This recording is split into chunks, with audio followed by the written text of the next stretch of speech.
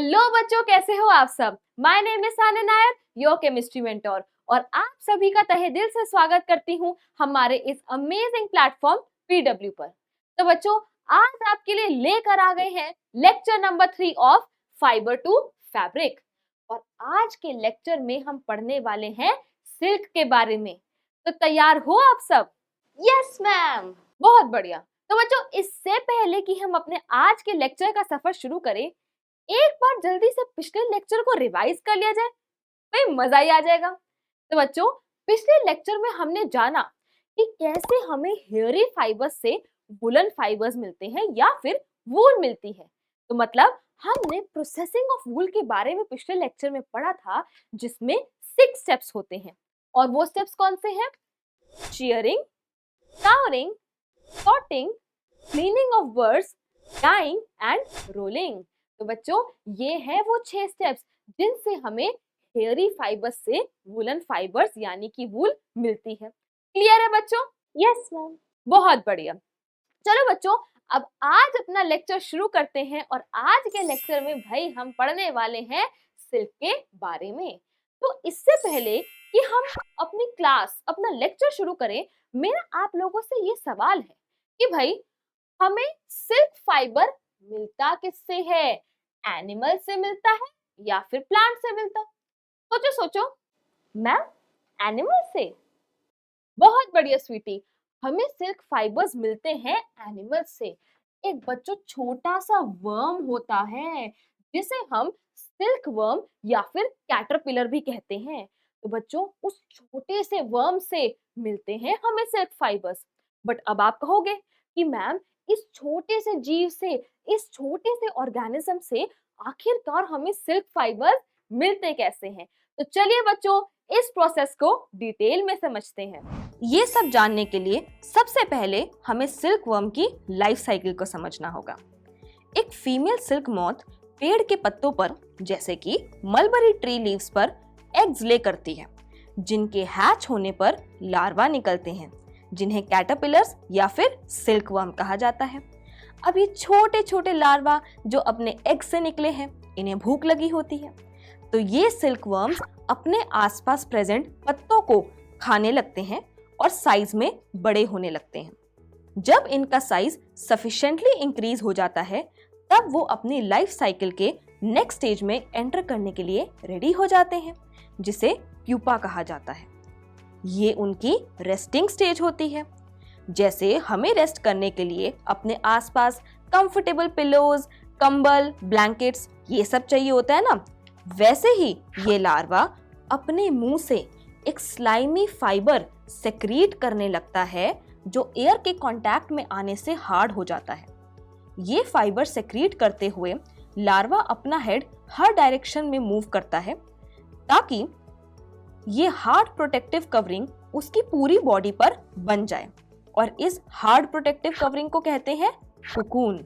मतलब लार्वा अपने आसपास कुकून बनाकर प्यूपा में कन्वर्ट हो जाता है, और वो कुकून ही है जिससे हमें सिल्क फाइबर्स मिलते हैं, जिनकी प्रोसेसिंग हम आगे सीखेंगे। अब प्यूपा स्टेज में ऑर्गेनिज्म की फर्दर डेवलपमेंट होती है, और वो कुकून के अंदर ही धीरे धीरे अडल्ट यानी कि मॉथ में कन्वर्ट होने लगता है। लास्ट में जब मॉथ रेडी होता है, तब वो कुकून को तोड़कर उड़ जाता है। मॉथ उड़ जाता है और पीछे छोड़ जाता है कुकून। अब cocoon is the main source of silk fibres.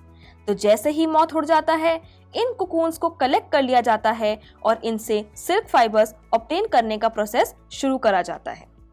तो बच्चों, जान लिया आपने सिल्क वर्म की लाइफ साइकिल के बारे में? यस मैम, बहुत बढ़िया। एक और इंटरेस्टिंग फैक्ट बताऊं? देखिए बच्चों, the soft silk yarn is as strong as a thread of steel. Wow, देखिए बच्चों, जो एक सिल्क का यार्न होता है ना, जो एक सिल्क का थ्रेड होता है, it is as strong as a thread of steel. अगर आपके पास बच्चों एक स्टील का थ्रेड है और अगर आपके पास एक सिल्क का थ्रेड है, तो they are equivalent. ये दोनों equally strong होते हैं। Interesting, right? तो बच्चों, अब आपने ये तो देख लिया कि सिल्क वर्म की लाइफ साइकिल कैसी होती है, but there are different varieties of silk moths, जिनसे हमें डिफरेंट डिफरेंट वेराइटी की, डिफरेंट डिफरेंट क्वालिटी की सिल्क मिलती है। देखिए बच्चों, there is a variety of silk moths which look very different from one another and the silk yarn they yield is different in texture। तो अलग अलग silk moths की वेराइटी से हमें अलग अलग सिल्क की वेराइटी मिलती है। देखिए बच्चों, हमारे पास कितनी वेराइटी की सिल्क है। देखो, हमारे पास है tussar silk, muga silk, kosa silk and mulberry silk. तो ये सारे different varieties of silk fibres हमें different variety of silk moth से मिलते हैं। और क्या आप जानते हैं कि इनमें से सबसे कॉमन वेराइटी ऑफ सिल्क कौन सी है? जी हाँ बच्चों, इनमें से सबसे कॉमन वेराइटी है मलबरी सिल्क की। देखिए, it is the most common silk moth. Mulberry silk moth जो होता है, it is the most common silk moth. तो अगर भाई सिल्क मॉथ सबसे कॉमन है तो उससे मिलने वाली सिल्क भी तो सबसे कॉमन होगी। और आप इसके पीछे का रीजन जानते हैं, क्योंकि जो मलबरी सिल्क होती है ना, वो बहुत ही ज्यादा शाइनी होती है, वो बहुत ही ज्यादा लस्ट्रस होती है। It is elastic, and can be easily dyed in different colors। तो प्यारे बच्चों, जो हमारी मलबरी सिल्क होती है ना, वो भाई एकदम जबरदस्त सिल्क होती है। It is very shiny, it is lustrous, it is elastic, और उसको बहुत ही इजीली प्यारे प्यारे कलर्स में डाई करा जा सकता है। मैम, सिल्क वर्म की तो लाइफ साइकिल समझ आ गई, बट ये नहीं समझ आया कि सिल्क मिलता कैसे है। तो अब जानते हैं कि हमें सिल्क फाइबर्स कैसे मिलते हैं। फर्स्ट स्टेप होता है रियरिंग सिल्क वर्म्स। जैसे मैंने आपको अभी बताया कि सिल्क वर्म्स का ध्यान रखना, उनका पालन पोषण करना is called rearing of silk worms. But ये होता कैसे है? एक सिल्क मॉथ एक टाइम पर 100 से ज्यादा एग्स दे सकती है। इन एग्स को ध्यान से कपड़े या फिर पेपर की स्ट्रिप पर रख लिया जाता है ताकि ये टूट ना जाए, और फिर इन्हें सिल्क फार्मर्स को बेच दिया जाता है। अब ये फार्मर्स इन एग्स का ध्यान रखते हैं और इन्हें हाइजीनिक कंडीशंस प्रोवाइड करवाते हैं, जैसे कि सूटेबल टेम्परेचर एंड ह्यूमिडिटी। फिर इन एग्स को वार्म किया जाता है, मतलब वार्मथ प्रोवाइड करवाई जाती है ताकि ये हैच हो जाएं और इनके अंदर से सिल्क वर्म या फिर कैटरपिलर निकल सके। और क्या आप जानते हैं कि ये प्रोसेस कब होता है? ये प्रोसेस जनरली तब करा जाता है जब मलबरी के पेड़ पर नए नए फ्रेश पत्ते उगते हैं, ताकि जो सिल्क वर्म एग से हैच हुआ है वो दिन रात ये पत्ते खा सके और साइज में इंक्रीज हो सके। अब 25 से 30 दिनों तक ये आराम से लीव्स को खाते रहते हैं और साइज में इंक्रीज होते रहते हैं। फिर टाइम आता है इनका नेक्स्ट स्टेज में जाने का, that is the resting stage या फिर प्यूपा स्टेज। अब प्यूपा स्टेज में जाने के लिए इन सिल्क वर्म्स के लिए छोटे छोटे स्पेशलाइज्ड बैम्बू चेम्बर्स बनाए जाते हैं, जहां पे ये अपने आसपास कुकून बनाना शुरू कर देते हैं। कैसे? Yes, by moving their head in all the directions, जैसे कि मैंने आपको पहले बताया। अब हमारे कैटरपिलर के आसपास कुकून बन गया है, जिसके अंदर वो फर्दर मॉथ में डेवलप हो जाता है। तो ये था पहला step, that is rearing silk worms. Next step बच्चों होता है प्रोसेसिंग ऑफ सिल्क। अब हमें बहुत सारे कुकून्स मिल चुके हैं, और कुकून्स ही तो है the main source of silk fibres. तो इन कुकून से सिल्क फाइबर ऑब्टेन करने के लिए या तो इन्हें बॉईल करा जाता है, या फिर इन्हें सन के अंडर रखा जाता है, या फिर they are exposed to steam, मतलब कुकून्स को या तो बॉईल करते हैं, या फिर सन के नीचे रखते हैं, या फिर स्टीम से एक्सपोज करते हैं। जब ये करा जाता है तो इन कुकून से सिल्क फाइबर्स सेपरेट आउट होने लग जाते हैं। So the process of taking out the threads from cocoon is called reeling of silk. Cocoon से silk fibers को obtain करना is called reeling of silk. Reeling कुछ special machines की help से करी जाती है। जैसे ही उलझे हुए धागे अलग हो जाते हैं तो इन सिल्क के धागों से या फिर फाइबर्स से सिल्क यार्न बनाया जाता है, जिनसे सिल्क फैब्रिक बनता है। तो देखा बच्चों, कैसे हम कुकून से फैब्रिक तक पहुंच गए। Yes ma'am. अब आप सब ये सोच रहे होंगे कि भाई आखिर ये प्रोसेस होता कैसे है। चलिए मैं बताती हूँ। तो क्या आपने कभी नॉर्मल खेती फार्मिंग होते हुए देखी है, फलों की, सब्जियों की? तो बच्चों, जैसे फ्रूट्स और वेजिटेबल्स की फार्मिंग होती है ना, वैसे ही सिल्क वर्म्स की भी फार्मिंग करी जाती है। और उस प्रोसेस को बेटा कहा जाता है सेरीकल्चर। क्या कहा जाता है? सेरीकल्चर।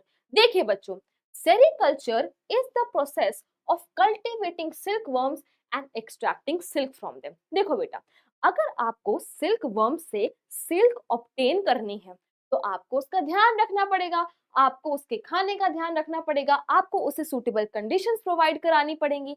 तो बच्चों, इसको क्या कहा जाता है? इसको कहा जाता है रियरिंग ऑफ सिल्क वर्म्स। इसको क्या कहा जाता है? Rearing of silkworms.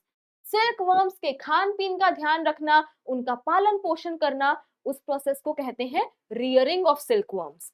And my dear students, silkworms की रियरिंग करना ताकि हम उनसे सिल्क ऑब्टेन कर सकें, इस पूरे प्रोसेस को बेटा जी सेरीकल्चर कहा जाता है। Sericulture is the process of cultivating या फिर rearing silk worms and extracting silk from them. China leads the world in silk production. China जो है ना, वो वर्ल्ड में लीडिंग प्रोड्यूसर है सिल्क का। बट भाई इंडिया भी पीछे नहीं है। India also ranks among the leading silk producing countries in the world. तो बच्चों, सिल्क के बारे में सब समझ आ गया ना? जी ma'am.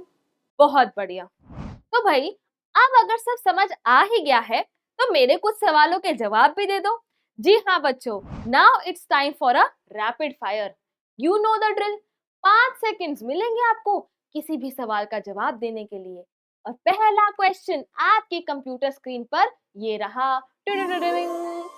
The silkworm is a caterpillar, a larva, a caterpillar as well as a larva, neither caterpillar nor larva. And your time starts now. तो बच्चों, करेक्ट आंसर क्या हो गया? The silkworm is a caterpillar as well as a larva. तो हमारा correct answer हो गया सी। तो क्या आपका आंसर सही था? स्वीटी, आपका आंसर सही था? Yes ma'am. बहुत बढ़िया। चलो बच्चों, अगला क्वेश्चन आपकी कंप्यूटर स्क्रीन पर ये रहा।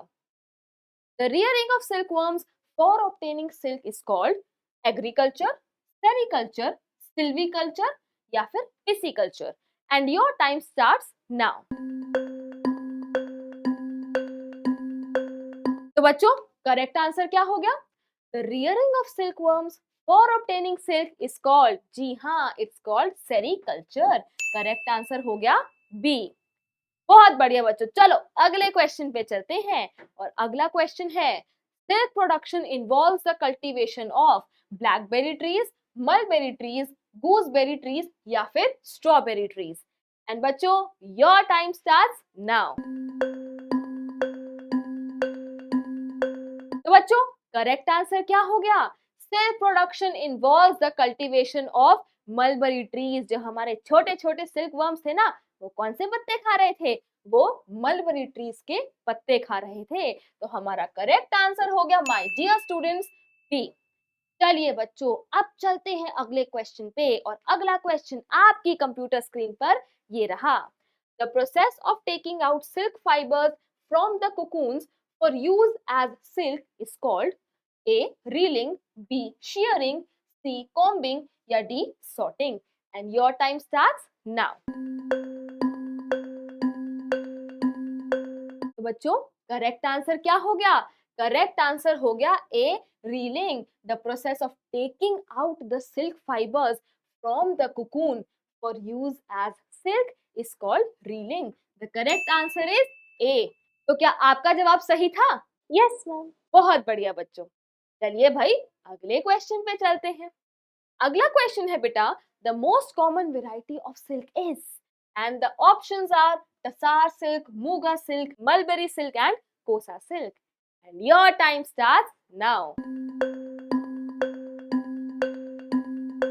बच्चों करेक्ट आंसर क्या हो गया? The most common variety of silk is, भाई मैम ने बताया था, मलबरी सिल्क। जी हाँ, हमारा करेक्ट आंसर हो गया C. Correct answer is mulberry silk. तो बच्चों इसी के साथ भाई हमारे आज का टॉपिक तो खत्म हो गया, बट रुको रुको, अभी जाना नहीं है। एक बार बच्चों समराइज कर लेते हैं कि हमने आज के लेक्चर में क्या जाना। तो बच्चों आज के लेक्चर में सबसे पहले हमने लाइफ साइकिल ऑफ सिल्कवर्म के बारे में जाना। उसके बाद हमने different varieties of silk moths के बारे में पढ़ा। वो कौन सी थी? टसार silk, Moga silk, kosa silk and mulberry silk. उसके बाद हम आगे बढ़े और हमने सेरीकल्चर के बारे में पढ़ा। एंड देन बच्चों लास्ट में हमने प्रोसेसिंग ऑफ सिल्क फाइबर्स को डिटेल में समझा। तो बच्चों इसी के साथ समय आ गया है आप सबको थैंक यू बोलने का और एक इंटरेस्टिंग फैक्ट बताने का। Silk is said to be the strongest natural textile in the world. भाई देख रहे हो अपना सिल्क कितना वर्सेटाइल है, कितना स्ट्रॉन्ग है। तो बच्चों ऐसे ही अमेजिंग फैक्ट्स और क्वालिटी कंटेंट के लिए बने रहिए हमारे साथ हमारे इस अमेजिंग प्लेटफॉर्म PW पर। That's all for today from my side. Bye bye बच्चों।